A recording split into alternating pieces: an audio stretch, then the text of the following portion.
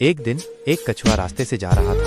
तभी अचानक उसका एक्सीडेंट हो गया। वो जमीन पर गिर पड़ा और उसके शरीर से बहुत खून बहने लगा। उसी समय पास में एक नन्हा सा खरगोश रैबिट मौजूद था। जैसे ही उसने देखा कि कछुआ घायल हो गया है, वह दौड़कर उसके पास आया।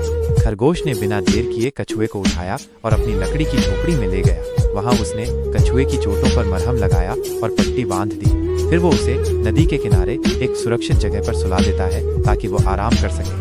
लेकिन तभी अचानक मौसम बहुत खराब हो जाता है। तेज बारिश और आंधी शुरू हो जाती है। पानी इतना ज्यादा हो जाता है कि खरगोश खुद बहने लगता है। कछुआ ये देखता है तो बिना समय गंवाए पानी में कूद जाता है।